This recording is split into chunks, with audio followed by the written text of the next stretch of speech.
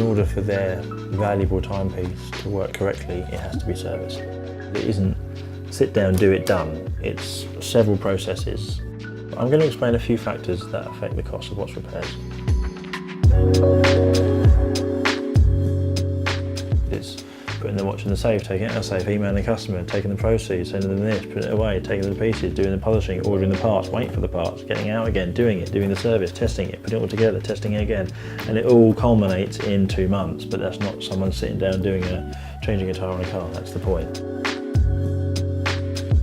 I mean, I like to think that 3 to 5 weeks is the sort of time frame that we'd like to get most watch services completed in.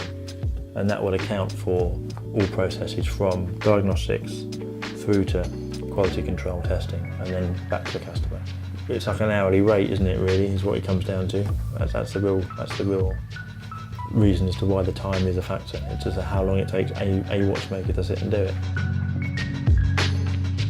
To become a trained watchmaker to the level that you can repair most things competently and attain accreditations across different brands, you'd need to have gone to a watchmaking school, at which point on completion you'd then return to a company and then spend 2, 3 further years at a watchmaker's bench learning the product, and at that point you'd then have to travel to different brands to learn those brands. So it is a case of a lot of time investment for someone to get to the point where they can repair a watch competently on varying different brands.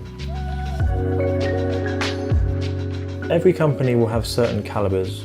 When I say calibers, I mean the movement inside, that they would like to deal with in-house, and they will only deal with in-house. They won't supply parts to anybody else. Therefore, a watch being returned to a company will inherently be more money. If you have to send a watch back to Amiga or another company, then you're talking about parts being made potentially for it, and then that's going to affect the price.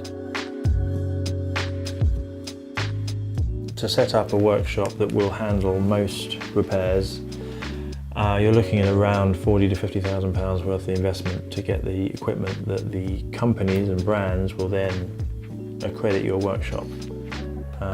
You can only receive the parts if you have an accredited workshop, so there is a significant investment initially to be able to get to that point. It's like any valuable item, be it cars or anything else, you have to have them regularly serviced. So whether or not they have the trust to send their item away, it has to be done, and there's only certain elements or certain companies that can carry it out.